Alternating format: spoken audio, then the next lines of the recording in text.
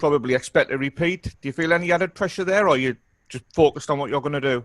Focused on the job at hand. I've got a job to do. You know, I'm focused on myself. I'm sure none of the lads this week have taken any pressure from the Cheeseman Eggington fight. So why should I take pressure from the Harper Jonas one? You know, I've got a job to do. I'm focused. I've got a game plan that I'm going to stick to, and nothing's going to wave me from that. Lovely. Last one, I promise. We had an extended interview with Ebony Bridges a couple of weeks ago. A couple of things. She's calling out your name. Yeah. She said all the other women British fighters are boring. Yeah. She was quite overt in the sense that she said she quite happily uses her body and her looks. Just your thoughts on that? I don't want to go into too much detail, but to me, boxing's it's a tough sport that should be respected, and I don't believe that you should be using your body in that sort of way to try and promote yourself. We're fighters. You know, that's two different things. If you want to go posing naked or whatever else, do that on a different platform. We're here to fight. It's a serious sport that needs respected, and I'm here to fight and nothing else. I don't really care for nothing else neither, to be honest. Well said. Shannon, best of luck on Saturday. Thank you very much. There is a rivalry brewing in the bantamweight and super bantamweight divisions. Ebony Bridges, unbeaten, campaigning in the bantamweight division, and Shannon Courtenay, unbeaten, campaigning in the super bantamweight division. She will be in action this weekend against the very statuesque Rachel Ball. And I think that, provided that Shannon doesn't suffer a setback in that Rachel Ball fight, that she moves on from that, I think that this fight is a fight that can be built with or without a world title on the line. I think that this is a rivalry similar to the rivalry between Marlena Esparza and Sinicia Estrada. These two girls, they got no shortage of nice things to say about each other. They're both firecrackers. They're both very spunky, very scrappy. They're both unbeaten. The United Kingdom's own Shannon Courtenay against the blonde bomber, Australia's own blonde bomber, Ebony Bridges. Given the base styles of both of these fighters, it really does have all the makings of a firefight. And the real question is here, when would be the best time to stage it? Do you have yourself a battle of the unbeatens the way that, you know, Anthony Joshua and Dillian White have, Nathan Gorman and Daniel Dubois? Do you do it that way? Do you use one fighter as a stepping stone and the fight itself as a platform for the other fighter, or do you build it? Me personally, as a boxing fan, I'd like to see this fight built. I'd like to see both fighters gain a little bit more momentum, a little bit more notoriety before they lock horns with each other, because this could be a barn burner on the scale of what we just saw from Terry Harper and Natasha Jonas. A barn burner on the scale of what we saw from Katie Taylor and Delphine Pachon over a year ago. This fight could be as titillating as those fights were. There are avenues of opportunity to make this fight a bigger fight than it is right now. You know, right now, these girls, they're in the beginning stages of their career. Ebony Bridges ain't got but 4 professional fights. Shannon Courtenay, she ain't got but 5. It's going to be 6 this weekend, and let's hope that she makes it through it, though it's not a foregone conclusion that she will. But there are avenues of opportunity, because in the bantamweight division, where Ebony Bridges campaigns, the WBA title is vacant.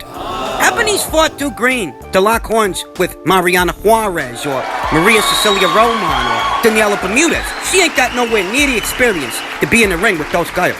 But that WBA title, if she can pick it up and rack up some pro experience in the process, well, that gives Shannon Courtenay something to fight for. Though Shannon would have to come down and wait to do it. Because I reiterate, Ebony Bridges campaigns at bantamweight and Shannon campaigns at super bantamweight. I'll tell you, becoming a world champion in either of these 2 weight classes, given what world champions are there, the talent pool, the existing talent pool, it's a tough ask. At super bantamweight, you got Venezuela's Mayerlin Rivas, Mexico's own Yamilet Mercado, Argentina's Marcela Acuña, and Denmark's Dina Thorsen. These ain't takeover fights. If I'm being honest, it's going to take a while, a long while, before either Shannon or Ebony are ready to fight in fights with those kinds of fighters. Those kinds of fighters, they've been in some wars, and they've got considerable more experience than either Shannon or Ebony. So if you were going to wait to try to build the fight, perhaps build it as a unification match, wait till both of these girls got world titles of their own, that could take a very long time. But it'd be worth it. It's just chancy. There's no guarantees that either Shannon or Ebony can win a world title from any one of these champions, any one of these girls. There's no guarantees. It is a gamble. That's if you decide to wait. That's if you decide to build it up. If you decide to do it sooner than later. Without world titles. Without a world title. It's still a good fight. But it's not as good as it could be, not as big as it should be. As both of these fighters, they got a lot of personality, the kind of personalities that fight fans would actually gravitate towards. They both know how to talk their shit. And they're both easy on the eyes. And both of them exhibit promise as athletes. I mean, there really is a little something for everybody. Yeah, the both of these guys have developed a bit of a cult following already. Ebony Bridges, at only 4-0, has made her social media presence felt. She's gotten herself acquainted with the fight fans, and the fight fans are receiving her well. The same can be said for Shannon Courtenay. Different modus operandi. Same end result. People see her, get to know her, and they're not disappointed. Not only is she easy on the eyes outside of the ring, she's very entertaining to watch inside of the ring. So you have everything you need to sell this fight. I'll tell you the truth.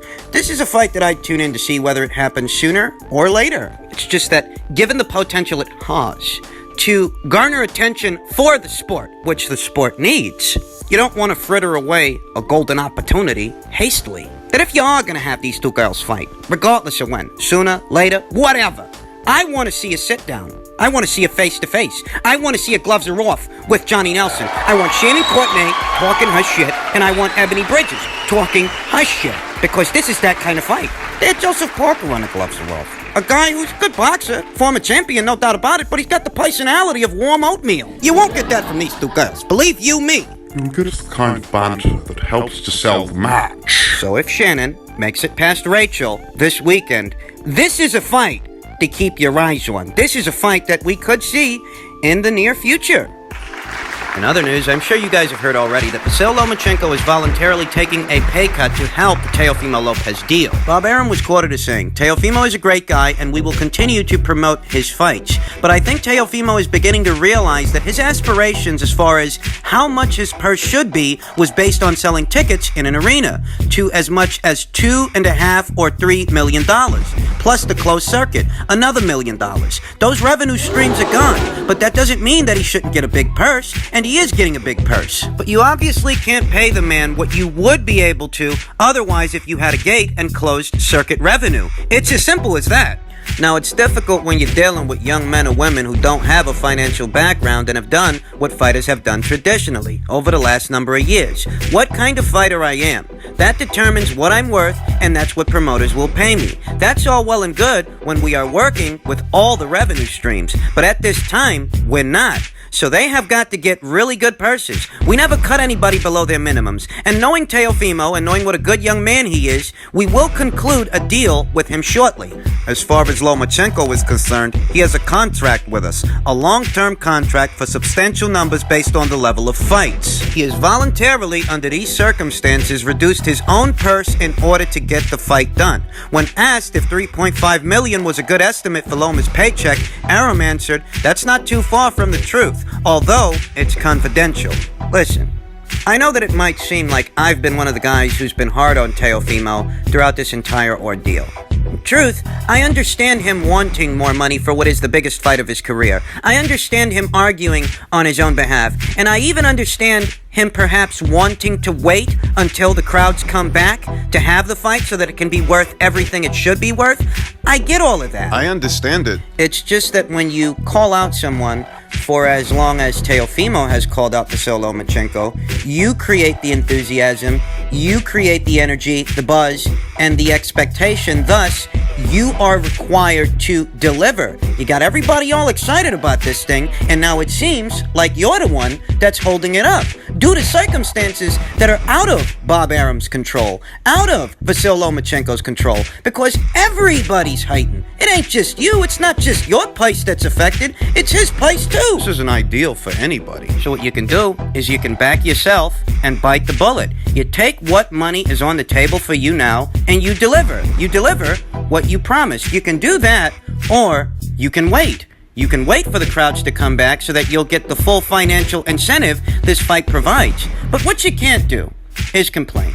And what you can't do is accuse Lomachenko of ducking you when this guy's taking a price cut so that this fight happens.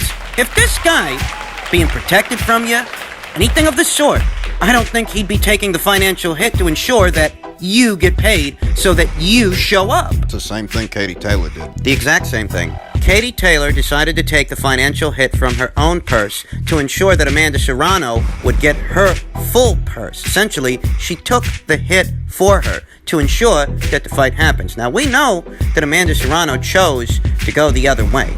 Not sure that's the case here with Teofimo Lopez. I do happen to think that Teofimo wanted the Lomachenko fight more than Amanda wanted that Katie Taylor fight. I don't think for a second Amanda wanted that fight. Better still, according to Bob Arum, there are multiple streams of revenue that are not available right now. So you can't possibly expect to make the same kind of money you were gonna make under normal circumstances, because these are not normal circumstances, and these circumstances are out of Bob Arum's control, out of Vasyl Lomachenko's control. If not for his generosity, This guy. you might have been getting less than what's on the table for you now. It's up to ESPN as to whether or not they want to stage this as a pay-per-view, and it sounds like they don't. With no live gate revenue. There's just not as much money to go around. Blame it on the pandemic.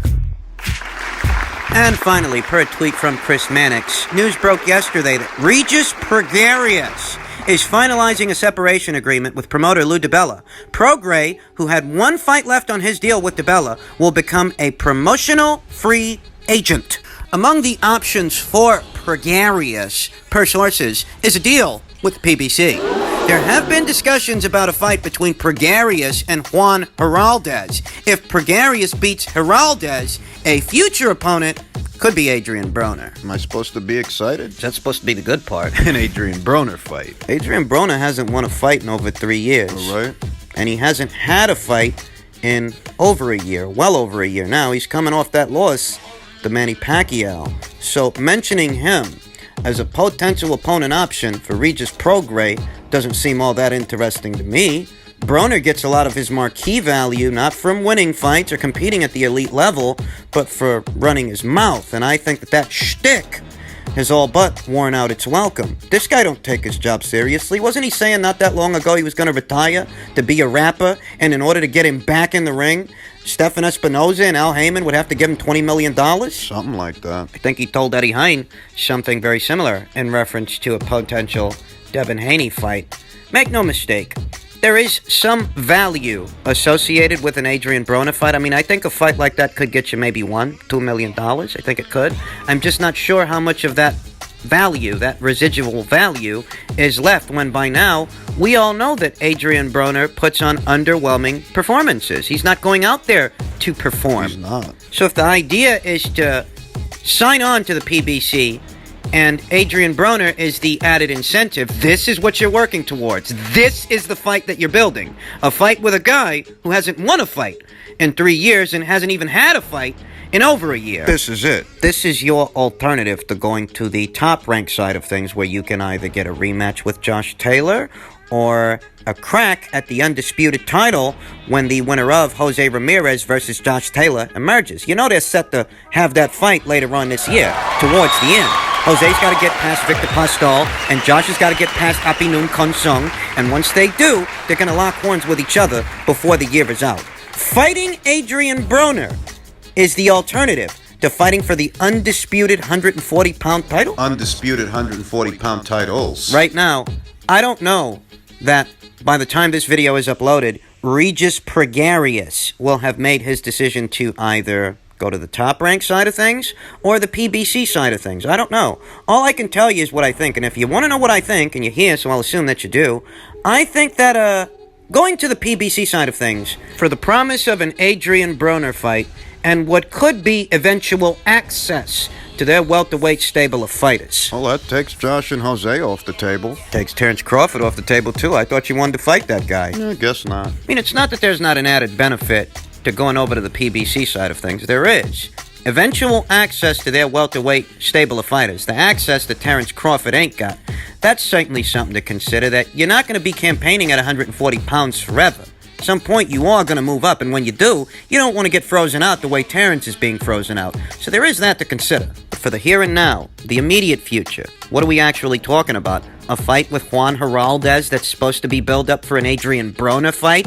These are not adequate alternatives to fighting for the undisputed 140-pound championship. I mean, there ain't no world titles on the PBC side of the street at 140 pounds. So that's basically saying that Regis Prograis' immediate future does involve some mediocrity It would. if he goes to the PBC side of things, and he will be immersed in that mediocrity up until the point he goes up to welterweight. When he goes to welterweight, then maybe things will get interesting, but for the time being, if what you're building towards is an Adrian Broner fight, I wouldn't mind seeing Regis punch Broner in the face, if I'm being honest, out of disdain for Adrian Broner, but in truth, I'd much rather see Regis Prograis challenge the winner of Taylor versus Ramirez, whether that involves him getting a rematch with Josh or getting his crack at Jose. That's a much more intriguing proposition for me as a fight fan.